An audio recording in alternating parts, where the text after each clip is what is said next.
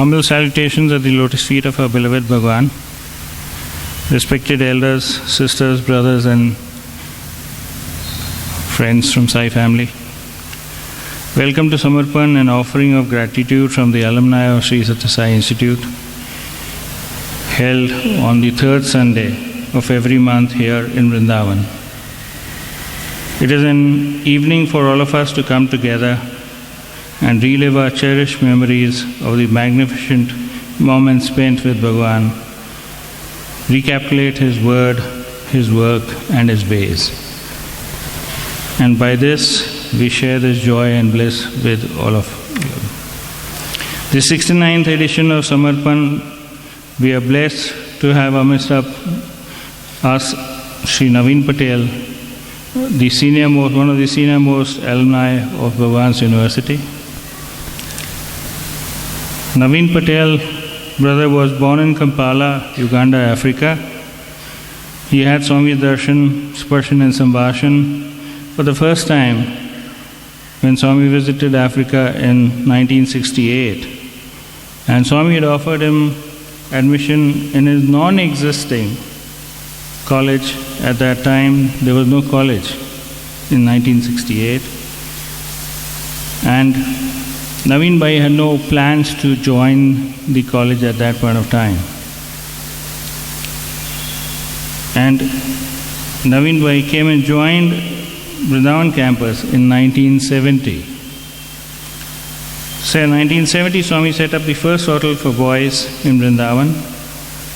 He handpicked 12 boys as first residents of the hostel, and he was one of those lucky few who was chosen by Bhagwan himself and transformed them just as Swami has transformed all of us. A lot of personal experience, and Navin Bhai completed his BSc Chemistry, Botany, Zoology in Brindavan campus. There was no master's degree in those days, and the Prashanti campus was set up only in 79. As per Swami's instructions, Navin sir went to UK in 1975. He worked very closely with the Sathya Sai organization then.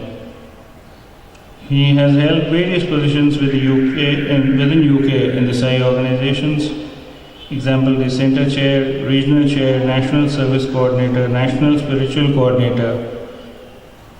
He set up the first service wing in UK to work within the community. He has spoken in public meetings in the various parts of UK, Germany, Switzerland, Italy, USA. By profession, Navin Patel is clinical biochemist working in university hospitals at Leicester. Today he will be sharing with us lessons learned from his treasure trove of experiences with our beloved Bhagwan at Brindavan and Prashanti Nilayam. I need to mention here something which is not on paper. Navin Patel is a living example of sharing Bhagwan's infinite love in real life. We all talk about it. One of our brothers in UK, his kidneys had failed, and Navin Bhai and his wife, they discussed, and trust me, Bhabi had shared one of her kidneys with this brother of ours.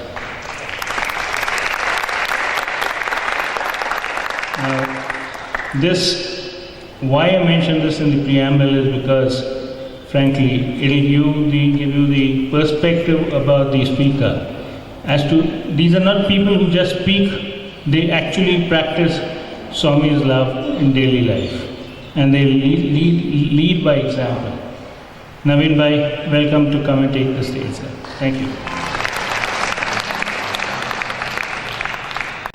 My humble salutations at the lotus feet of our beloved Lord, Bhagwan Sri Sathya Sai Baba. Dear brothers and sisters, Jai Sai Ram.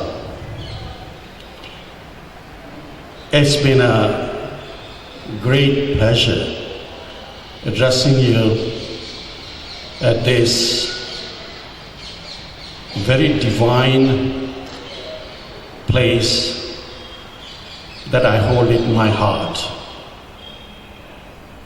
This is the first place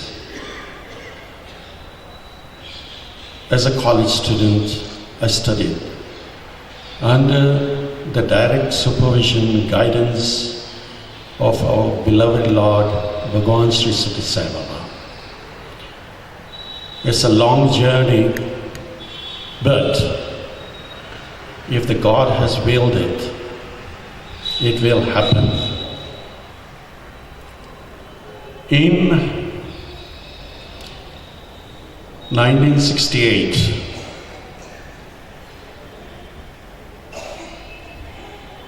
there was the first World Conference of the Sati Sai Service Organization held at the Dharmakshetra, Mumbai. There were not many centers outside India.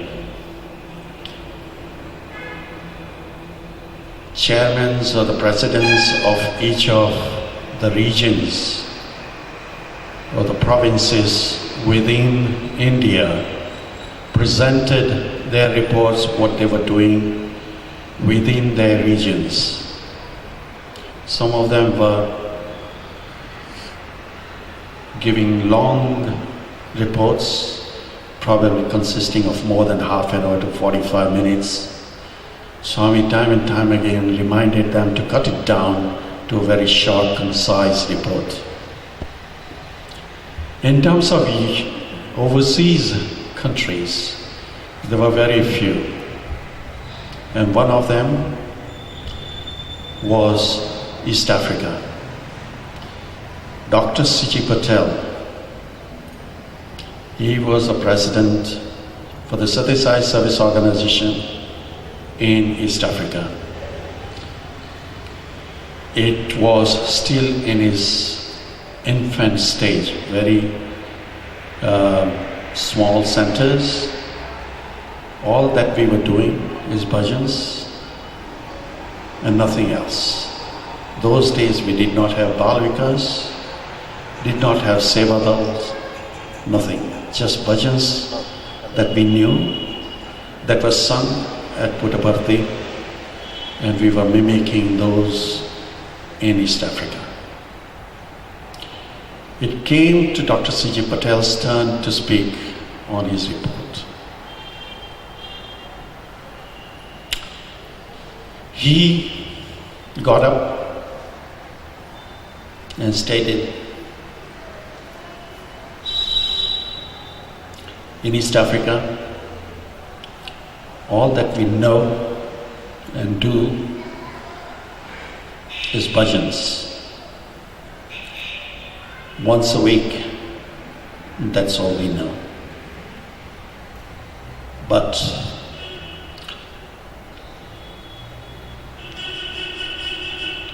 we love you, Swami. We would like you to come to East Africa.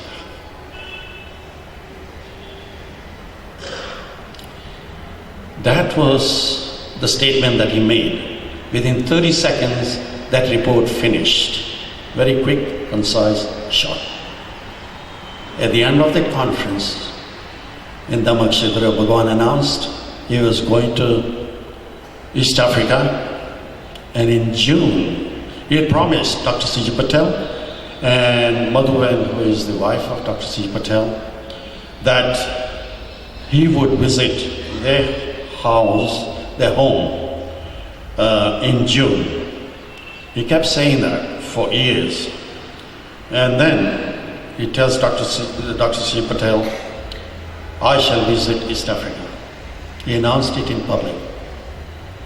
So, this announcement happened in April or so. And very quick preparations started occurring in East Africa, especially in Kampala.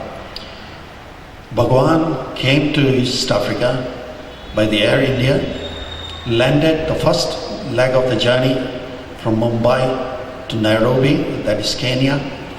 From Kenya, Bhagwan was supposed to be traveling to Uganda by another flight to the capital of Uganda, which is Kampala. But the airport is only about 30 miles from Kampala, and that place is called Entebbe. Bhagwan's supposed to take that flight. What did Bhagwan do? In Nairobi itself, Bhagwan says, no, I'm not going by flight. I'm going by car to Uganda, to Kampala. That's a 12 hours of long journey, not tarmac roads, it's modern roads, it's pitfalls and everything like that, and a long journey. Yet Bhagwan chose to do that. Why? Because Bhagwan at that time described that I've got devotees waiting on the road.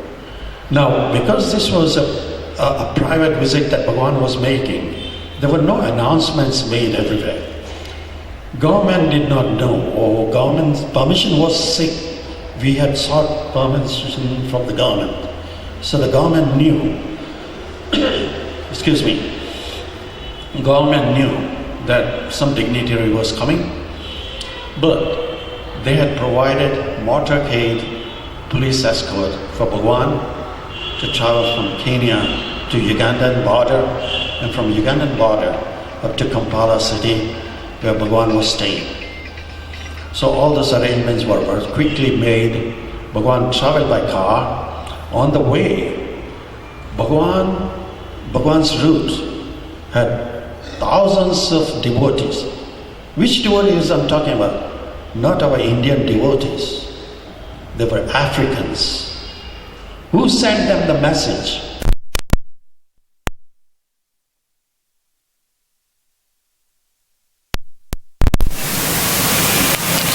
When God wants you there, He will make sure somehow the message is sent to you. Why are you here today? It's because God has willed you here.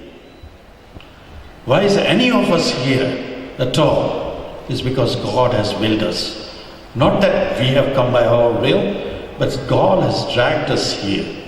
That is why on that route of probably 1300 miles, there were devotees of Bhagwan, African devotees who had never seen Bhagwan, who doesn't speak Hindi, doesn't speak English. They were lined up on this route, thousands of them. Even the Prime Minister of Uganda and Kenya would not receive that sort of reception, and the roads were filled with these things. Swami had to stop so many places, and because there were no marquees or anything like that created, Swami stood on top of the car to give darshan to these people, just to satisfy these devotees on the route. And as Africans call God Mungu, Mungu means God in Swahili. All the way right up to the border, and from border onwards the Ugandan police took over right up to Kampala. And Swami reached Kampala city into Dr. Seji Patel's house on 30th of June,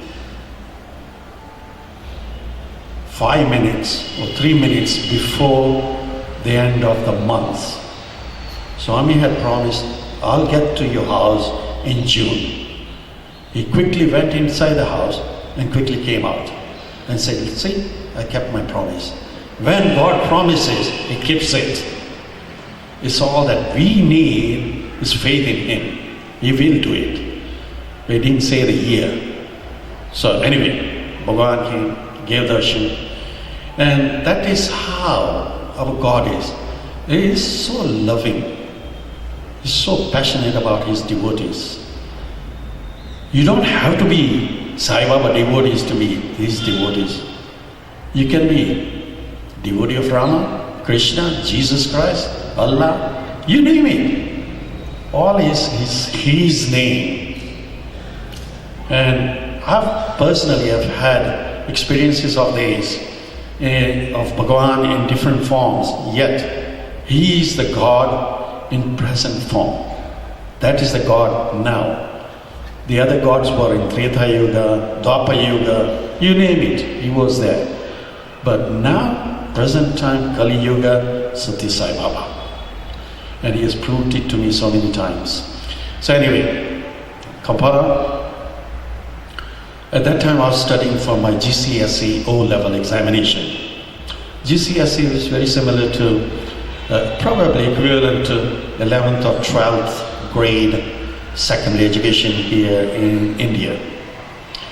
And I decided, right, I was given this special task. We were only 3 young volunteers, and we were assigned this task of serving Swami's party. Swami had brought a few guests with him. The guests included people like Raja Reddy, Kasturiji, then Mr. Indulal Shah, and then a few other people were there. So our duty was to serve them during lunchtime, breakfast, dinner time, and generally look after their welfare. And the other times, my duty included to decorate a long pathway, probably from here to where our Gayatri Murti is.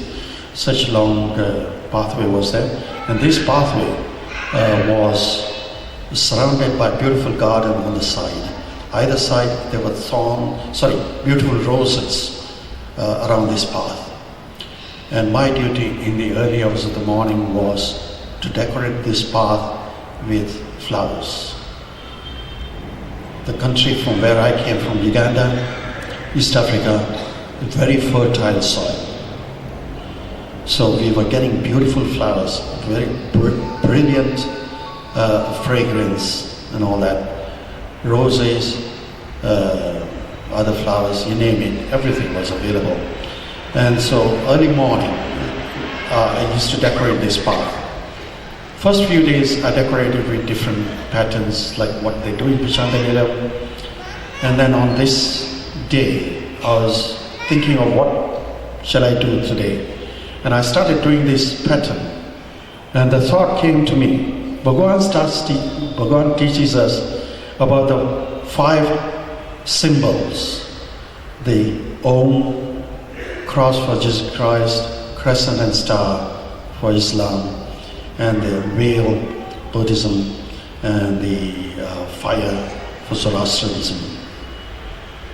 So I thought, Bhagavan's values are very important. Let me do this on the path. I started doing it, probably I did first one, I was doing the second or third one, and suddenly, this was at about 3 o'clock, 3:30 in the morning. My duty was a 24 hours duty. So at 3:30 or so, I was doing this pattern, nobody was around me. We were a very small group, and I was all alone. My head was bowed down to the floor and doing these patterns. Suddenly I felt Bhagavan was standing next to me. I thought, nah, don't be silly. Bhagavan can't be there at 3:30 in the morning. He usually comes down at about 7:30 or so. He cannot be Bhagavan. So I didn't raise my voice. I just sat doing my pattern, continued doing that. Next moment I feel a kick on my backside. I saw Bhagavan is standing in front of me. What do you do? I quickly got up with my hands folded. Do you say Sai Ram to Bhagavan? He's Satya Sai, Sai Ram. Do I say that? So I just couldn't say anything. Just stood up in front of Bhagavan. And Swami that time was admiring these beautiful roses that were on this path, just on the side of the path. They were growing beautifully, beautiful fragrance.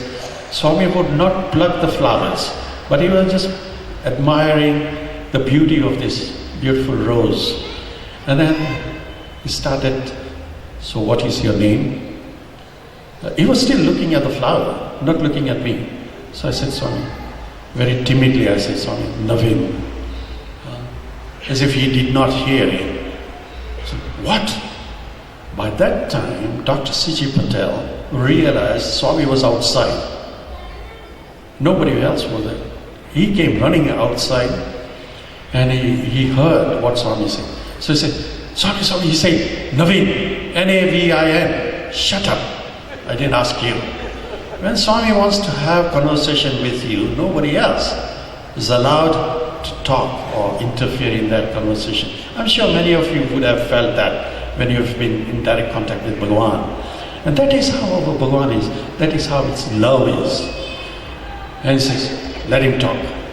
And then, the conversation went like that. And after a few minutes, he asked me, so what are you doing? I said, Swami, I'm doing this pattern. Oh yeah, okay, good. And so what is going to happen after that? I said, Swami, I'm expecting that you would come out of this Bangalore, go outside where that big mark is and give the devotees darshan outside. Oh, okay. And walk on the path? I said, yes, Swami, that is why I'm creating this, Swami. He said, no, I'll walk on the thorns that are by the side of this path. I said, why? Swami said, there's no divinity. Dear brothers and sisters, first lesson to me, no divinity will ever walk on symbols. That was a clear message to me, that we should not lay this sort of symbols or photos of deity on the floor so that people can trample on it. That was my first lesson that I learned from Bhagavan. And then I decided, right, start a fresh slate, wipe everything off, put a new design. But that was in my mind, I was thinking that way. And next moment Swami asked, so what are you doing? Studying? Yes sir, Swami, studying. So what are you doing? I said, Swami, I'll be appearing for my O-level examining next year. I've sought an admission in UK, and I'll be going to UK to further study there, and eventually get a degree in medicine. Good. Then he took a 365 degrees turn around his axis where he was standing. Came again and stood in front of me. Why don't you come and join my college? Dear brothers and sisters, as Kunal has just mentioned, when Swami made that statement, there was no college. There were no plans of a college either. Here is this person, Sai Baba, this is my thought, not to offend anybody. Person Sai Baba, I'm not yet convinced he is God, telling me, come to my college, I'll give you admission now. I said, Swami went back inside.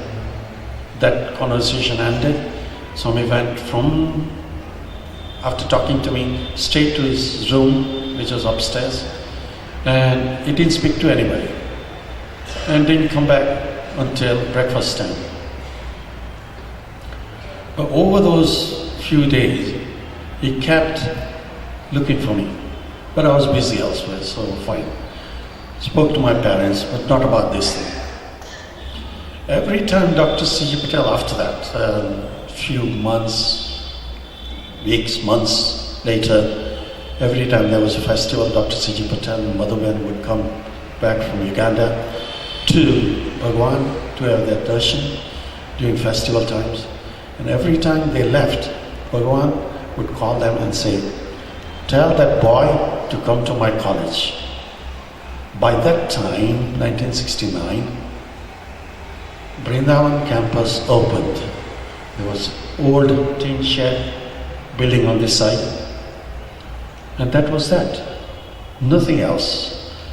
Where you see the hostel, that was a big swimming pool-like place. There was a big pitfall in there. And there was no hostel, nothing. And he kept telling Madhuvan, Dr. C. tell that boy to come to my college. So they related that saying to me. I thought, okay, right. Our exams in East Africa happens in November, December. There's a final examination, not like here, June, July.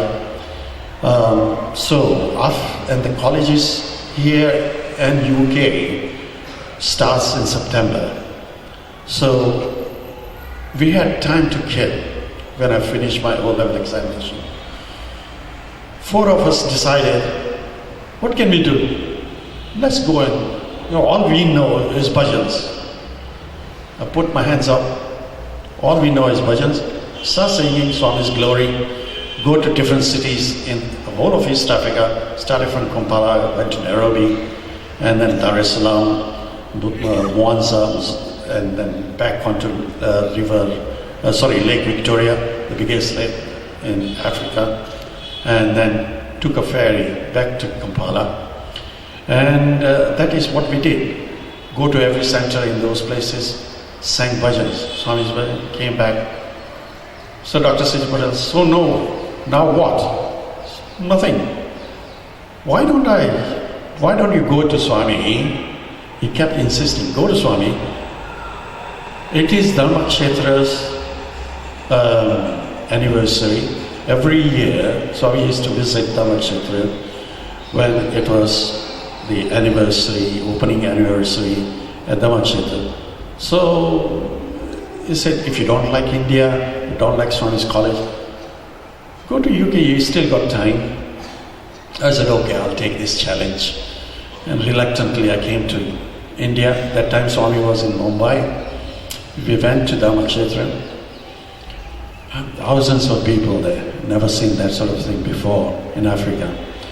And those people who visited Dharmakshetra would find that, the sitting arrangement is such that people are sitting on this slope.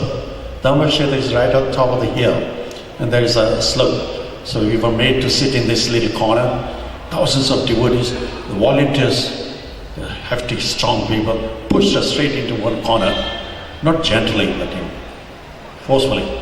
We were pushed in there. We had never encountered that sort of thing before, so it was a shock to me, at least personally, because that was my first experience of being in India. And I had one letter that Dr. C.J. Patel had given to me as an introduction that these boys are from East Africa, Bhagwan, please take care of them. Bhagwan came out, we were in about 3rd, 4th square, so we were probably more like where Gayatri statue is. That distance, Swami came from top, past the dais, and started walking towards where we were sitting. But devotees were thousands and they were falling on feet of Bhagwan. So Bhagwan's pathway was blocked. Then Swami made different pathways and somehow managed to get to where I was. And came straight in front of me and asked me, you got a letter for me? I gave the letter. That is the time I realized that I had a letter in my hands. Gave it to Swami. Swami took it, turned back and walked back, took the arati, went back into the Dharmakshetra. I thought, oh, is that it? Swami didn't even talk to us, nothing. So all the devotees started dispersing. We didn't have anything better to do. So we thought, we might as well wait for evening bhajans, the darshan again. So we sat there. And suddenly, on the PA system that started announcing, there are 2 African boys who will come. Can they announce themselves, come forward to the dais, to the stage? So 2 of us, myself and Anu, the other person who was with me, looked at each other and said, they are looking for Africans. We are not Africans, this is Indians we are. So we just stood there, taking no notice of it. Motherwell was standing on one corner. She looked at us and said, Swami's calling you, go. So we tried rushing back in front towards the dais. But there were 3 tiers of the volunteers in front. They would not let us go. Because they said, you are not Indians, you are not Africans. They are looking for Africans, not Indians. So they would not let us, they would not listen to us. Fine. So we just stood there. Indulal Shah came running down. He had batters in East Africa, so he knew us. From distance he saw us, let those boys come along. Swami is calling them, shouting, So we were allowed very quickly, ushered straight into Satyadip, where that big hall is. And where do we land? Swami is holding a Bal Vikas session, and we were made to sit with the Bal Vikas children. So how Swami brings us straight into the Bal Vikas. This is how you progress in the organization. From the Bal Vikas, then you go further. And we had this session, and once the session finished, we were again thrown out of the room, out in the public again. And then Swami asked, where are those two boys gone? We were again brought upstairs, and when Swami was dining, Swami said, come, let's have dinner, lunch. So we were made to have lunch with Swami. This was all new experience to me. I thought, this is great. Must be that, we have come from foreign country, that's why, we are given this treatment. From that onwards, every day we were having lunch, dinner with Swami. So I said, when you come back, have dinner, lunch with me. Whenever Swami used to go to public meetings like, Sardar Vallabhbhai Patel Stadium, there used to be massive crowds. So I said, accompany me. I'll take you to these gatherings. So we thought, this is great. We used to go there. And then last day, when Bhagavan was returning from Mumbai, Swami had taken 2 of his cars from Bangalore to Mumbai. One was an Impala, and another one was a Studebaker, large cars. Swami says, I'm going by car. He told me personally, I'm going by car. I want you to take care of these 2 cars, those 2 drivers that are there. Navin, you sit in this car, I think Impala, and the driver that you're going to sit with is going to be in front, and that driver, unfortunately, is a fast driver. Take care that it doesn't go over 30 miles an hour. Those days, roads from Mumbai to Bangalore were rough roads. They are not tarmac roads, many, washed out roads and moram roads, mud roads and that sort of thing. But the other instruction was that once Swami left Dhammakshetra, after half an hour we were supposed to start. But I was so eager to get to Brindavan to see Swami again, because Swami had already left. It's only about 15-20 minutes later. I tell the drivers, let's get into the car, let's start driving. Don't listen to Swami's instructions. Half an hour, wait. And that was another pitfall. We left, started driving halfway through, somewhere near Dharwad or Belgaum, a very late night. The car axle on which I was set, axle broke. Foreign car, no parts available. The driver manages to get a mechanic. Mechanic says, I'll have to drag this car to the garage, weld it overnight, and then, you can go tomorrow morning. So we had to book ourselves in the hotel. Delays everywhere. So after the welding and repair, we got to Brindavan. Here in Brindavan, it was very late night. By the time we came here, it was probably 11 o'clock at night. We would have been here much earlier than that, about 5 o'clock or 6 o'clock in the evening. Instead, we came in that late. What happens here? A different drama. Swami is going up and down, saying, where are those 2 boys? What's happened to them? As if God doesn't know what's happened to us. How he plays with these people. Something has happened to them. Why is nobody telling us anything? Those were not the days where we had mobile phones or easy telephone connection. You had those wind-up phones making trunk calls. It's very difficult to contact the other lines. Even if you manage to contact, you would be shouting as though you were shouting from here. Somebody hearing at the other end of probably the college grounds. That sort of shouting you had to do, and never getting proper messages. So anyway, we got here, and who do we meet? By that time, obviously, Swami had gone upstairs. Swami had not taken his dinner just because we were not there. Our stupid mistake. We left prior to Swami's instructions. Leave after 30 minutes. Instead, we left a bit early. The driver was driving fast, but I didn't say anything. I thought, if we get to Bangalore, to Brindavan, very quickly, at least we can have Swami's darshan. So in that eagerness, I let driver to go over 40, 45 miles an hour. Second mistake, that's why that axle broke. And third mistake is, Swami is in turmoil because he doesn't see us there. So he doesn't have dinner, goes straight upstairs to his bedroom. A big, grave mistake.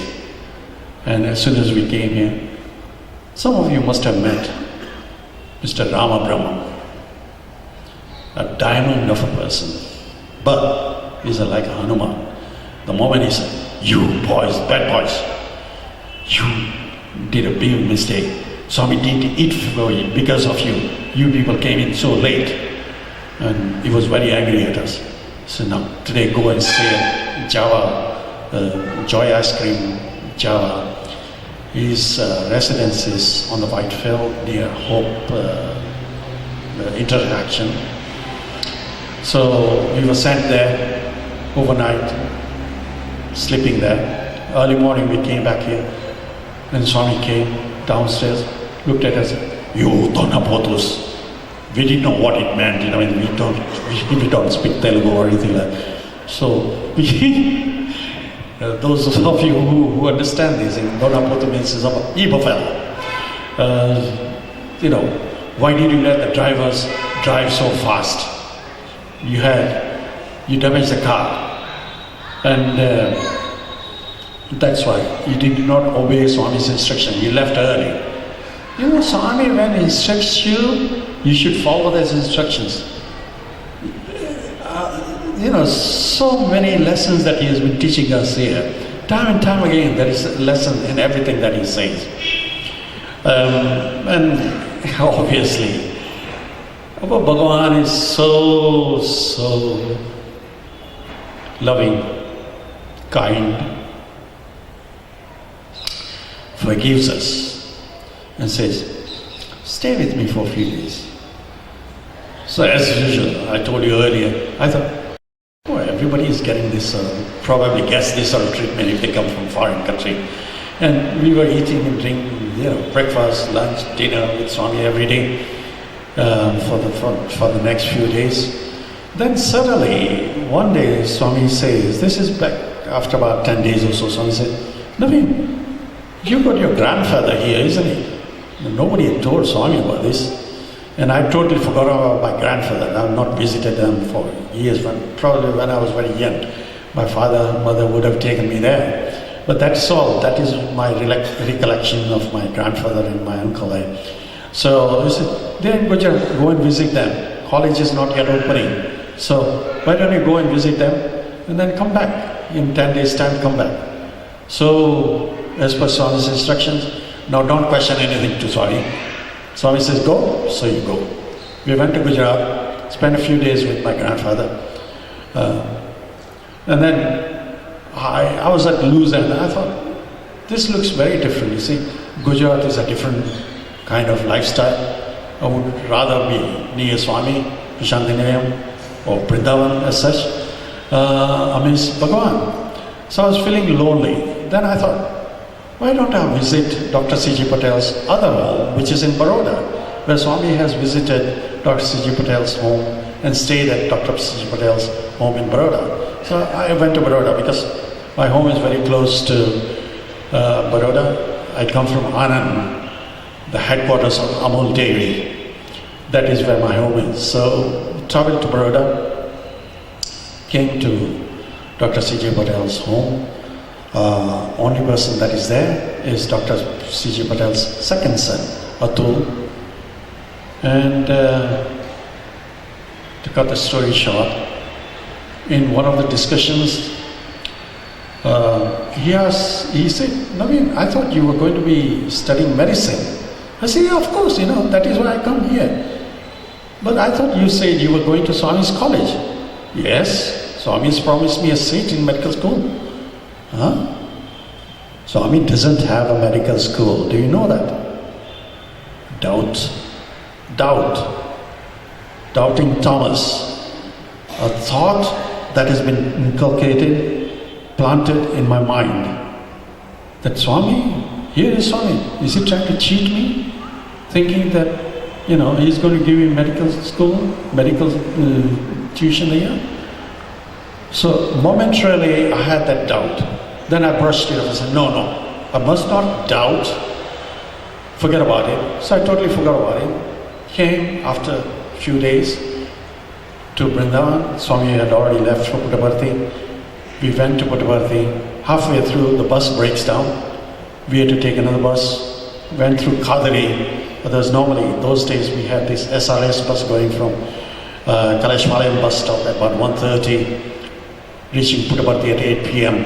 Very slow bus, but that's how we used to go. Many of you are nodding the heads, so you've had this experience. So we took a second bus. We missed that connection. We took another bus. This Kadari Express bus. He said, I always overtake this bus. No problem. You jump into my bus, I'll overtake that bus and put you in this Puttaparthi bus. So he said, okay, fine. Jumped into it. This is all Swami's drama. We reach the bus, we can see the bus, he's about to overtake that bus, and the bus in which we are traveling has a puncture. He has to stop, replace that tire, and we have to travel. By that time, Puttaparthi bus is so far away we cannot catch him. He has to go to Kadari, this bus that we were traveling. He took us to Kadari. Overnight we stay in Kadari, in a very dilapidated state with a lot of friends, mosquitoes and that sort of thing I'm talking about. And so I have had the first experiences of good old India village life. And next morning, the bus driver drops us at Bukapatnam. From Bukapatnam, you've got to walk through the Chitravati. Those days, Chitravati had a lot of water. Through the water, we cross, and the porter takes the suitcases on top of his head and says, sir, just hold my back and just walk behind us. So we thought it would not be deep, so we hold. By the time he reaches the deeper end of it, he is neck deep water. We are also deep. So all our clothes and everything are drenched in Chitravati, as though we have had a bath with clothes on. Get out of it through the old Puttaparthi, reach the Prashanta Nilayam Gopuram gate, through that straight in. By that time, obviously, it was warm as well, so the clothes get dried up. When we reached there, Kasturiji sees us and, what? Swami has been expecting you, he's been looking for you all the time. We had never sent a message to Swami saying that we were coming, and yet Swami is waiting for us. So now Swami has gone upstairs to his bedroom. But what I want you to do is change your clothes and I'll take you to Swami. So we thought, okay, very quickly changed, and he took us to the interview room. So we thought, great, we are going to get first interview in the interview room. That is my first visit to Puttaparthi. And we enter the the interview room. The interview room boy said, not here. Swami is asking you to come upstairs. Go upstairs. Now those people, our young boys will know, the Swami's bedroom that is above the mandir has got the spiral staircase. And the staircase are very odd size. They're not even steps. So they're odd size. So I'm so eager to see Swami. So I'm in front, very narrow staircase. Behind me is Anup. Behind him is Kasturiji. I rush straight in front of him. And on top, suddenly I hear this voice. You, rowdy, get out! Who is there? That is Swami there. He's looking so fearful. He's angry at me. I thought to myself, oh my God, is he looking at me or is he telling somebody else? So I look behind. Only people is us, nobody else. So is he telling me to get out? So I'm trying to push myself out. but you can't go because the staircase is so narrow. Unless those people at the bottom moves out, I cannot move out. So I'm trying to go, cannot go. And Kasturiji is smiling and thinking, yes, now this boy is getting into the fire. Swami is taking to task and he is smiling. I didn't understand these things, you see. So, and I said, Anu, I've got admission for you. This is funny. Both of us come together. Swami can offer a seat to Anup. My name was ahead of him. I should get the seat. Why him and not me? So I looked at Swami and said, why? No. You go to Gujarat and talk to Atul. He says, Swami has got no medical school. The penny drops. Just that little thought. Imagine Swami is 1,000 miles away from you, but he knows every action that you take, every talk you have with somebody, he's everywhere. He's omnipresent. And, he proves it to me. That little conversation that we had, and I totally forgot about it as well, that has made Swami react like this to me. What a big mistake again. I keep making mistakes after mistakes after me. I hold Swami's feet. Why? Because he is our mother and father. Beg forgiveness from him. I ask, so difficult.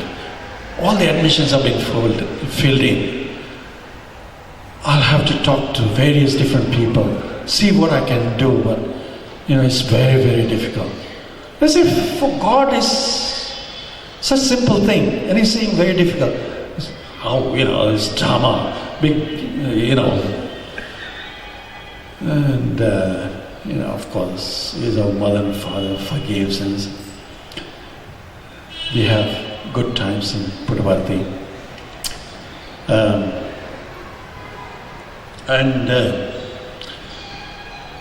Then, obviously, the admission and everything is sorted out. That time, our college was under the auspices of Bangalore University because there was no Sathya Sai Institute of Higher Learning. So we were affiliated to Bangalore University, and the message that our college got was that my O-level exam was equivalent to, they didn't have proper equivalency.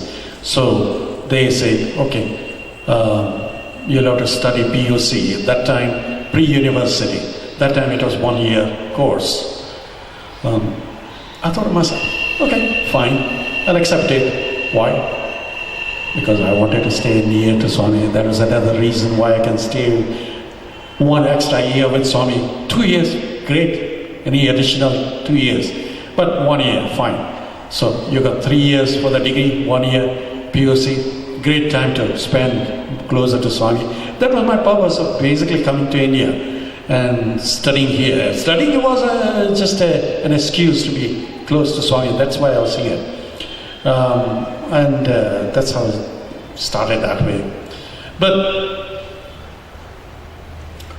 these are some of the teachings that I came across direct from Swami. Those days, and obviously, then Swami started the hostels.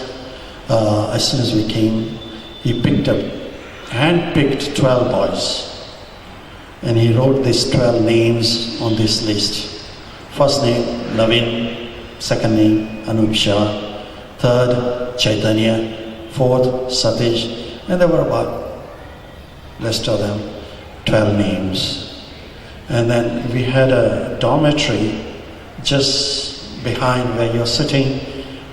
Before these buildings came up, there were garages. There were 3 garages. Above the garages, Swami constructed this dormitory that had 24 little squares, so it was enough for your bed.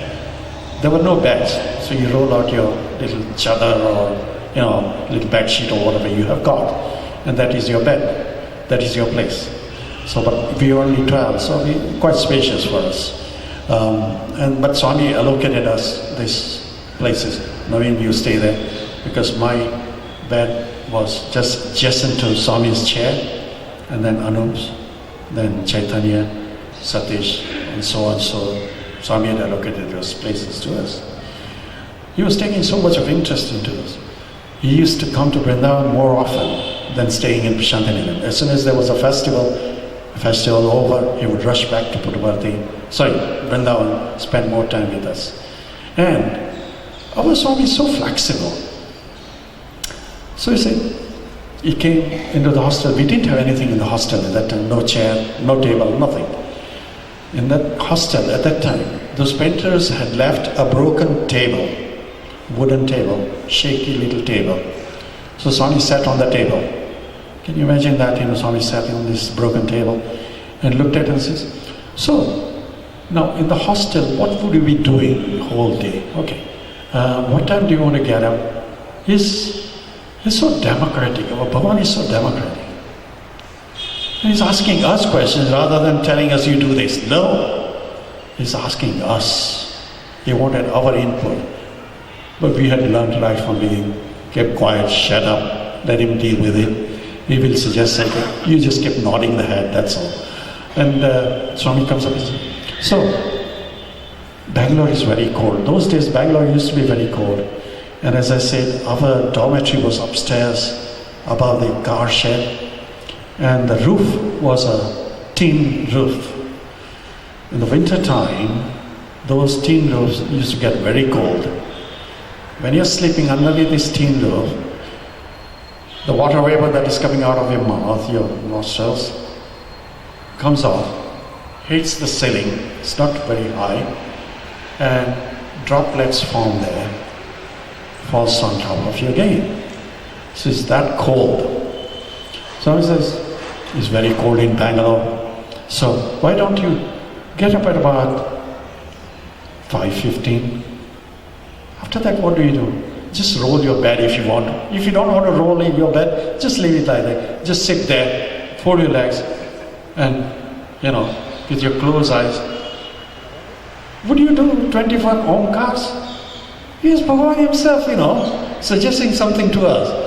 As I say, he is very democratic. He is asking us our permission, as if he needs our permission. Will you do 21 Omkars? Swami, anything. So, we said, yes, Swami, we'll do that. So you don't have to wash anything. So this is another lesson to us. When you're praying to God, you don't need to wash yourself. He said, there's no need to do that. Your heart has got to be clean, that's all. But sit in there, close your eyes, and do 21 Omkars together, all 12 voices together. And after that, Suprabhatam, do you think you can do Suprabhatam? Okay, do Suprabhatam. Do Suprabhatam. We did Suprabhatam, just like Pravarti. And after that, just sit there for a few minutes, Monam. And then, from there, hostel, get down the stairs. From here, run to Beltur River. There's a little brook. Now it's all. Yesterday, day before yesterday, I came to this place after so many years. All buildings, all constructions and everything. Those days, it was open fields everywhere. There was no college or anything like that, only fields. And there was a little river there. It's about 1.5 miles far away. Swami said, go running there. This is an exercise plan of Swami. Go running there. If you want to sit on the bridge for a few minutes, sit there, come back running. Straight into the shower. We didn't have hot water those days. We didn't have solar panels. Into the shower, cold water, good for you. You will never fall ill. I promise you. That is Swami's promise to us. Dear brothers and sisters, none of us ever fell ill. After that exercise, straight in the shower, ice cold. He said, you'll get shocked first time, and then you'll be okay. So, he himself has experienced it. No doubt he is experiencing it. Swami is one person. He always does it before he tells anything. So, he, as per his instruction, he used to do that. And then, after that, his instructions were that, take your book, you go into the Brindavan, we had bigger garden than this one. That's Sairam shared here with big banyan tree.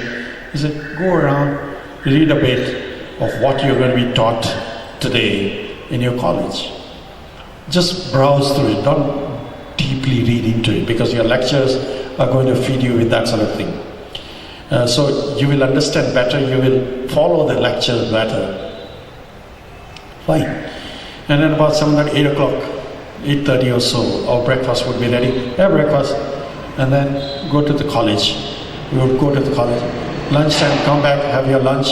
In the evening, after the lectures, come back, have coffee, and relax a bit. Then, in the evening, before the bhajan starts, in the evening, take a book, ruminate over what you studied today, and then you don't have to burn the midnight lamp after that. I promise you, all of you will get through. This is my formula. This is Swami's formula, not my formula, Swami's instructions. And he said, none of you will fail. Swami will take care of everything. You don't have to study very hard and then at the last moment and then vomit it out into the exam hall. Don't do that. So just study like this and you'll be perfect, never fail. And for me at least, that formula worked. Unfortunately, it worked. Why am I saying unfortunately?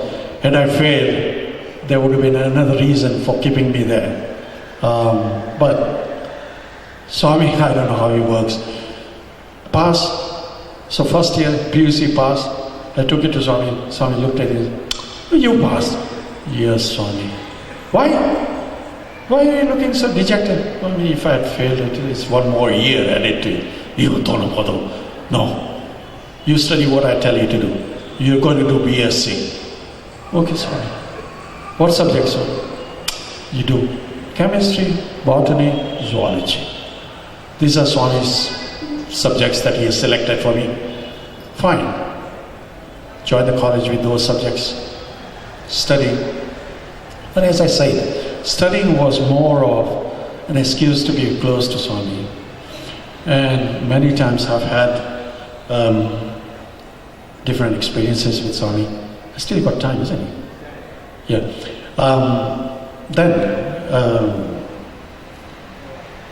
Excuse me.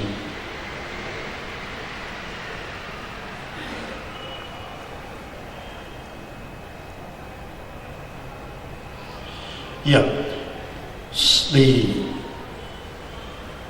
One of the other experience I would like to narrate to you. Bhagwan, being Bhagwan, he is the God now. One day, I used to get a lot of chances to do Path Seva. I had an open invitation to go and visit Swami in his bedroom anytime, here in Brindavan or in Prashanti Nilayam. So I could walk in the evenings. I could, after Swami has finished his dinner, intervals finished, I would go upstairs, spend time with Swami. Those days Swami would allow us to do Path Seva. I was all alone sitting with Swami. And Swami would say, Evi Samachar, what's the news? He starts conversation. So once again I say, just shut up, let him deal with it. He will start talking to you. And then he says, at that time, Swami had a habit of eating pan, the betel nut. And in Swami's little box, silver box, there used to be rectangular cut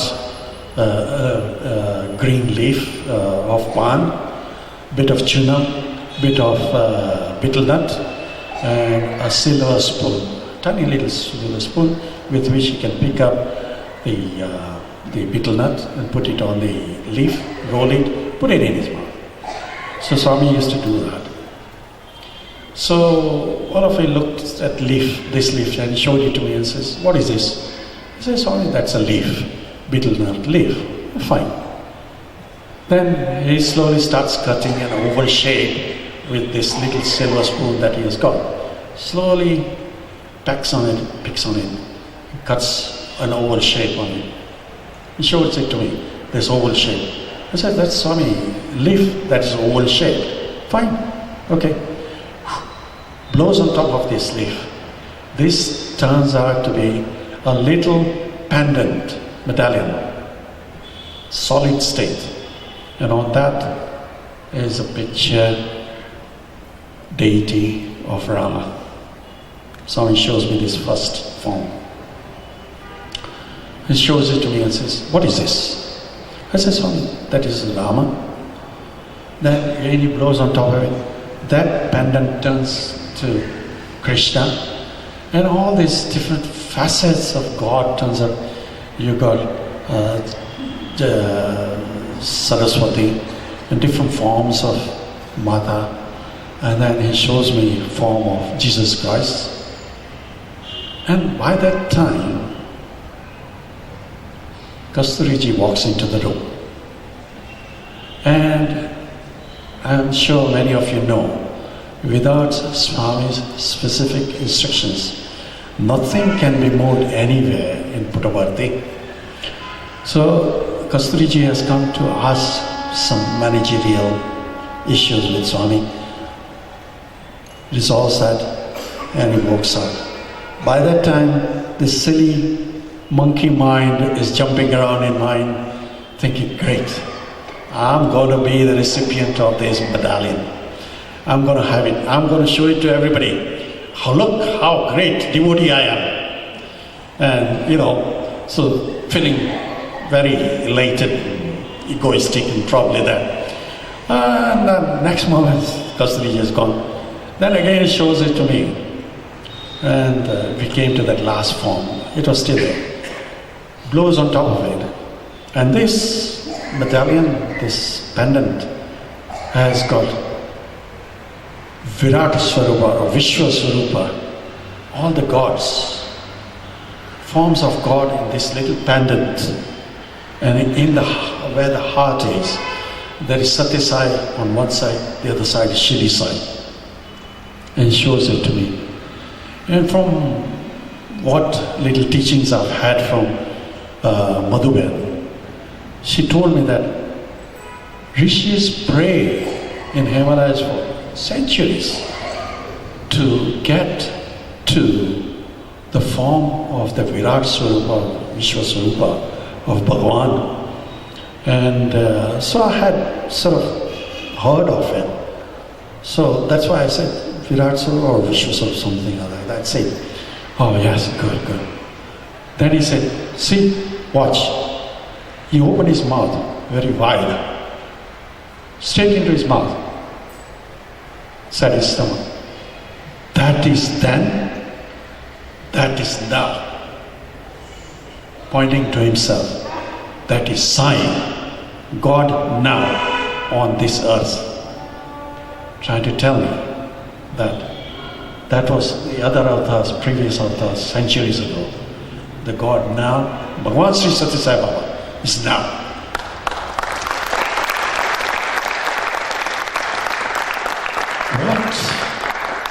What great revelation. The next day, I had an opportunity to talk to Madhuben. She was there in Shantinam at that time. I had an opportunity to go and tell her about this thing. She said, "Navin, do you realize what you have?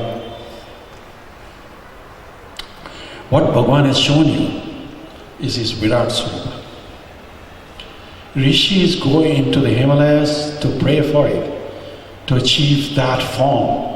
And Bhagavan has just given you on the plate. He's shown you that his form. He is the Bhagavan himself." So, my dear brothers and sisters, by that time, all my little curious things, or is he really God or that? Is all eradicated, is changed. I know that is God in front of me. I want to be part of Him. I want to serve Him. That is it. One goal in my life. Then, come to my final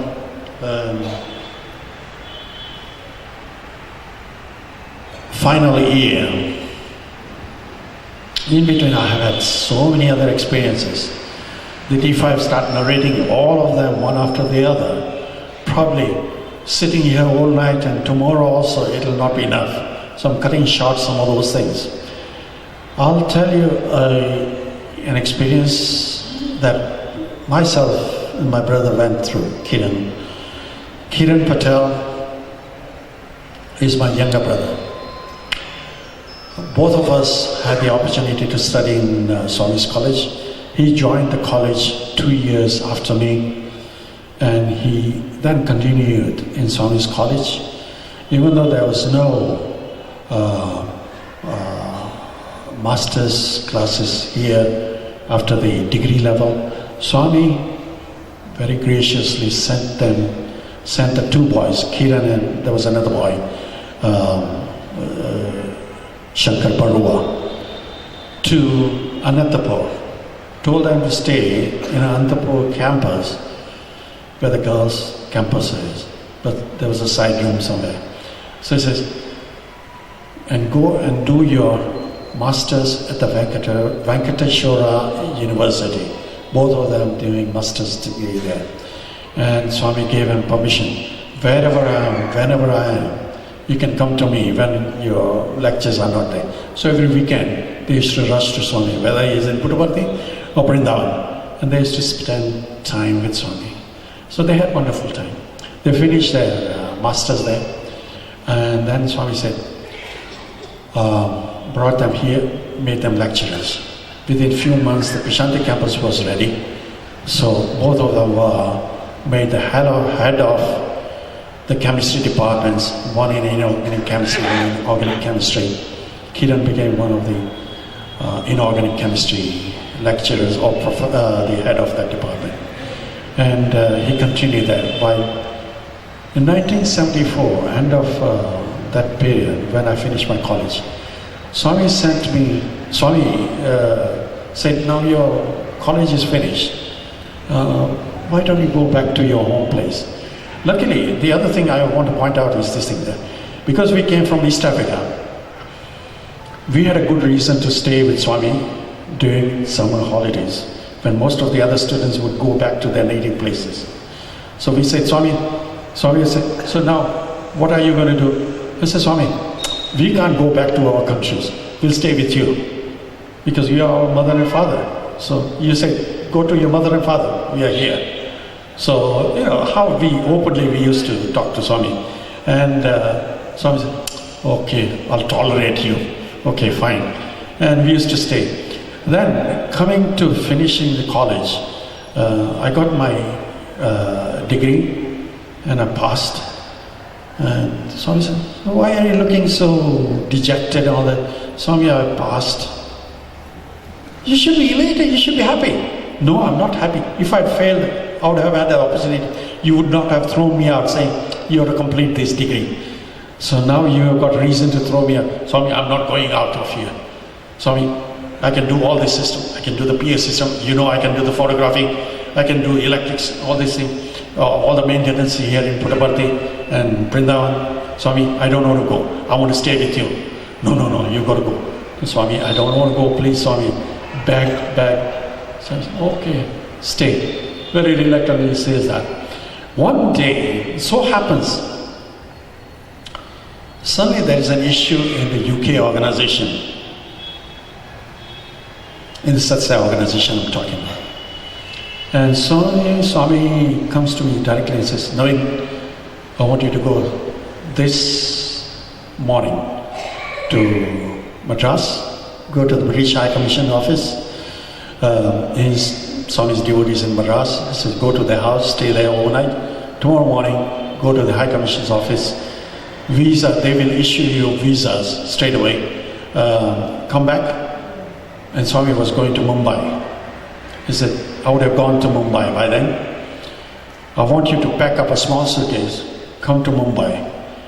But Swami, no, I don't want to go to UK. No, you have to continue with work that I've taught you. I've given you enough instructions. I've taught you many other things. I've taught you how to talk in public.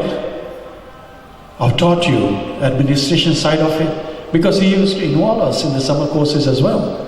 I've been part of the administration team as well. So I've taken many roles, and so I've given you all these practices, this coaching and all that. Why? Because I want you to go further and do something. You want to serve Swami? I want you to do that. Reluctantly, I had to accept it. Went to Mumbai, stayed with Swami for a few days. Swami was returning back to Brindavan on that morning or afternoon. Evening, I had a London flight. Swami says, you go by this London flight this evening.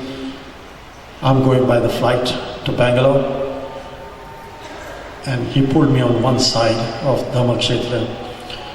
There is a statue just outside where Swami can give darshan. He pulled me on that side. And I said, Swami, I'm totally lost.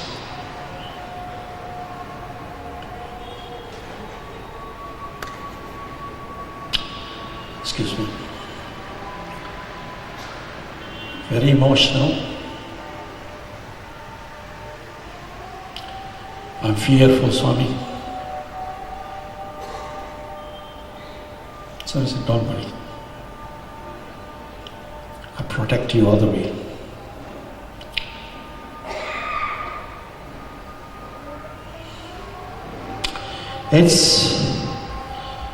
If you can imagine the Krishna and the gopis departing, that painful situation was through.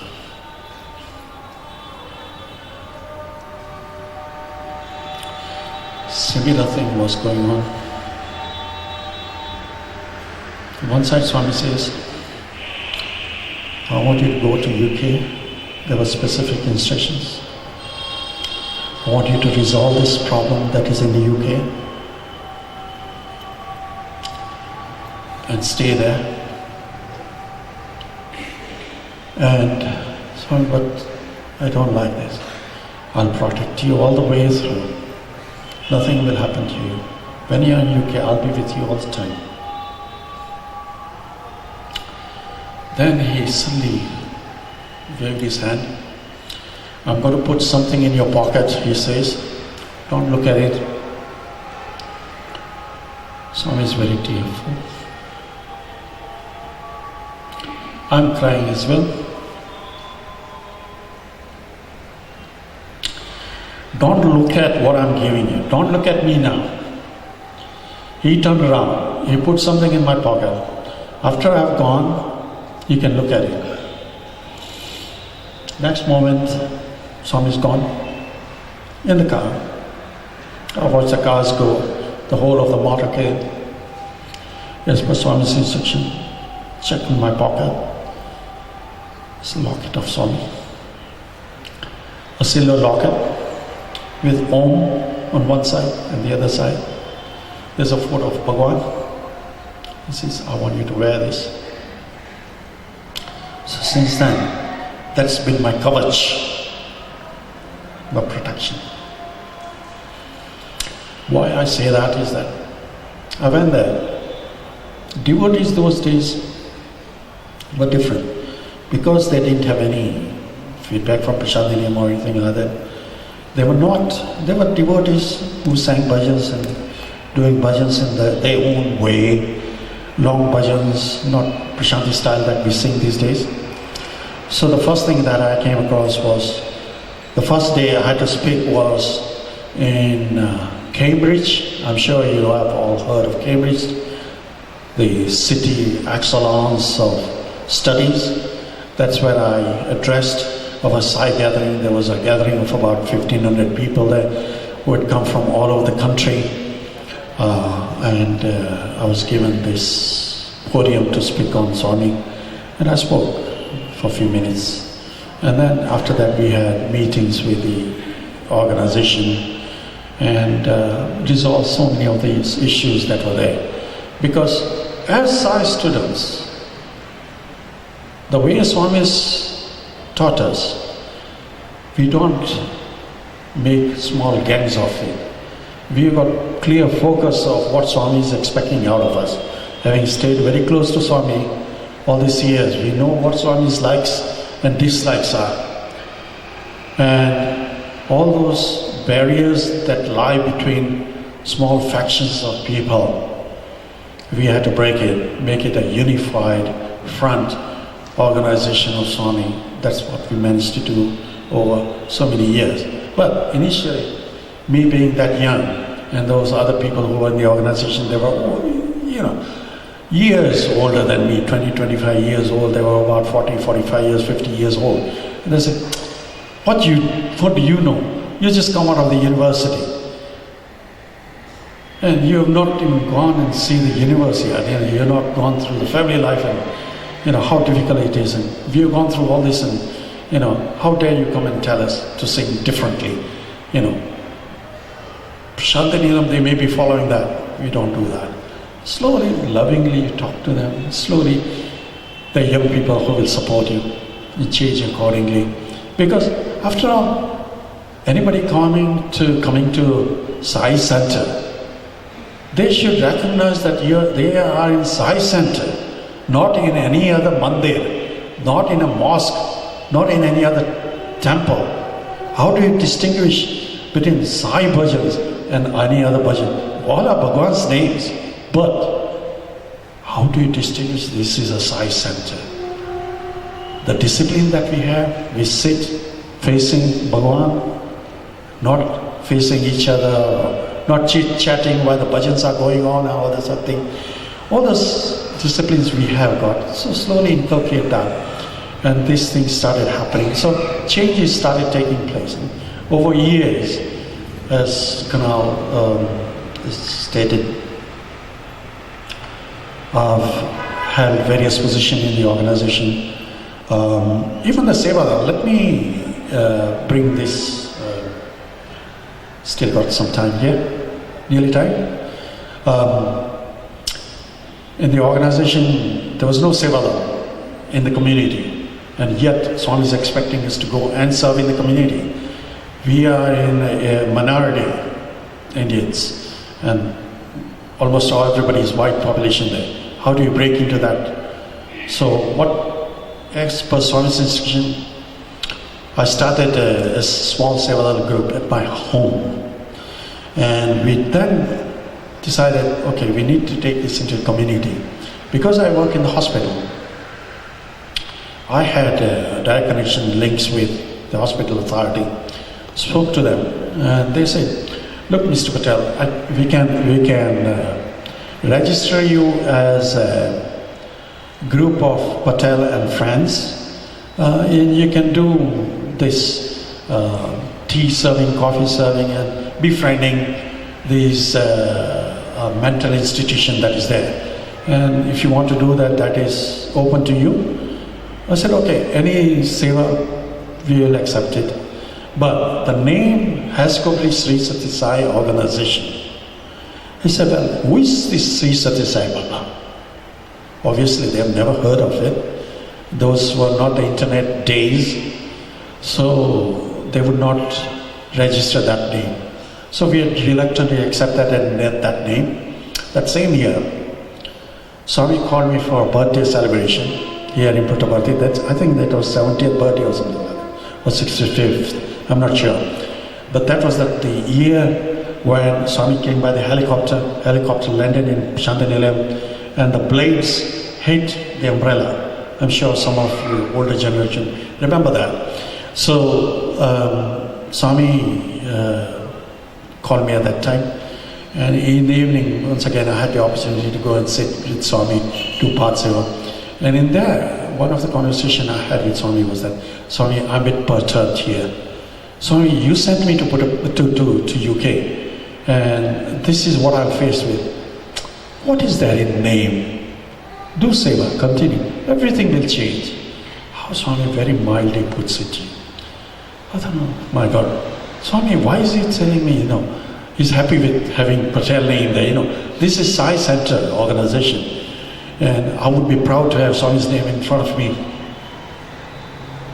So I said, everything will get resolved. This is November time. December, this group of volunteers, they have a get-together. So they rang me up. They said, Mr. Patel, why don't you and the volunteers come to us? We are having a get-together. We'll have a bit of snacks and, sing song because it's coming to Christmas. And we'll have a bit of party. I said, look here, we are not party people. If we accept anything from you as Sevadal members, that means we've accepted something in kind. We've been paid by you. That is wrong. We cannot do that. He said, no, we're not going to give you anything. But you can come get together. I said, okay, 2 of us will come. So a few of us went there that day.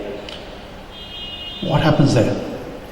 They announced, this is only the ethnic group that has come and joined us all these years. And they are doing a wonderful job. Some of those residents of these mental institutions, when we are not there, certain reason we have not been there, due to a festival or something like that, we have been busy in this organization, we have not been able to go there. So at that time, there's a void, there's a gap.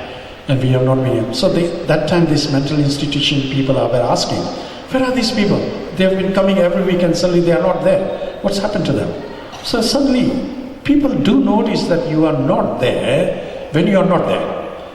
So they are actually recognizing, they may not talk to you, but they do recognize you. And it says, the way you serve them so lovingly, it must be your master.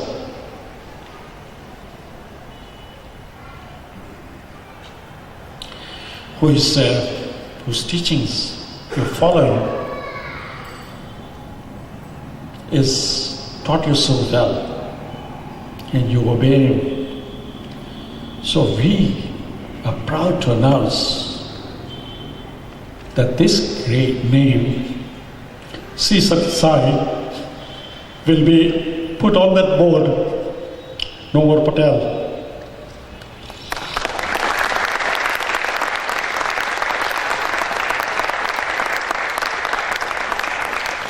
How Swami changes things. He knew this was going to happen. And these people will fall in line. And how did it happen? It's pure love.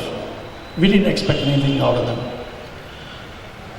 Swami's words, when he utters, never gets wrong. It always works. Takes time. To us, I want it now. In God's term, in Bhagwan's term, He knows the best time to give it to you. And I think my time is nearly up, isn't it? Yes, Kunal? Yeah. I could narrate so many other experiences, but as I say, the time is so short. Once again, I must thank the SAMARPAN team for giving me this opportunity to come and talk to you in this beautiful place that is so close to my heart, because this is where I've had most of my experiences. My life and death experience also happened here in Brindavan, the old bungalow. But as I don't have time to narrate, I shall leave it for the next time. Thank you very much, brothers and sisters. Jai Sai Ram.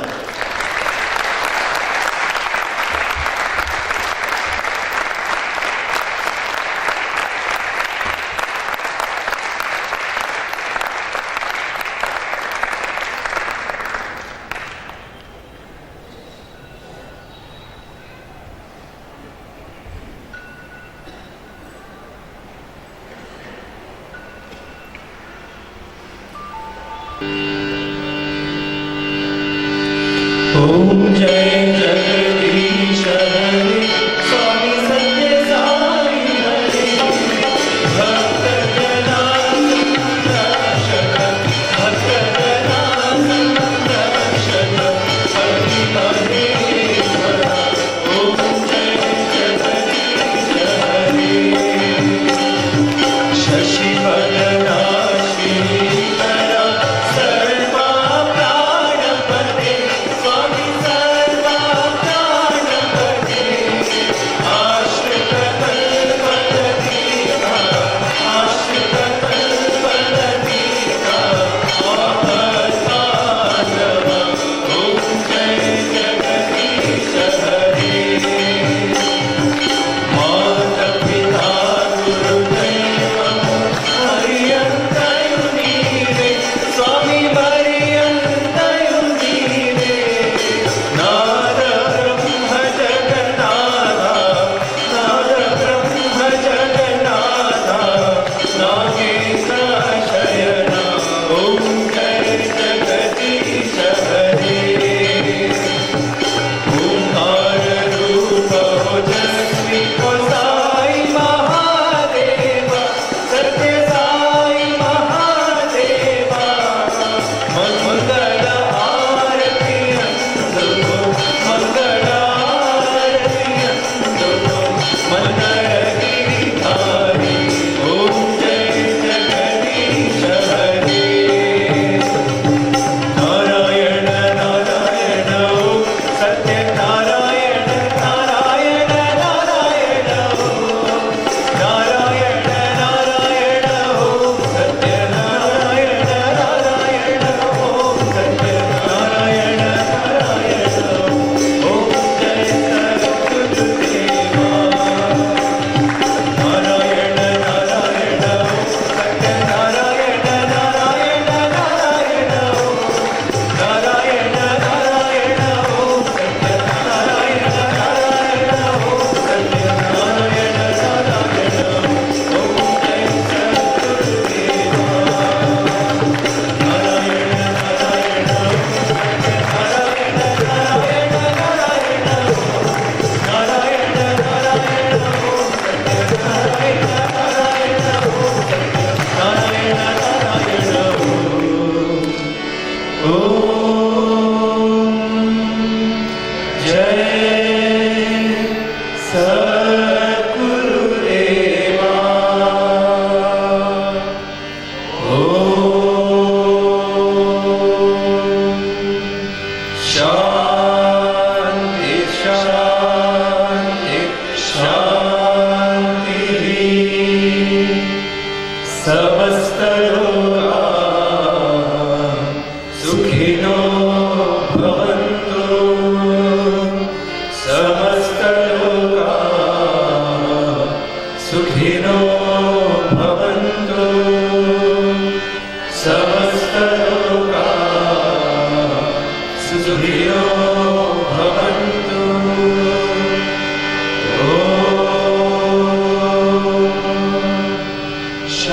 शांति शांति शांति जय बोल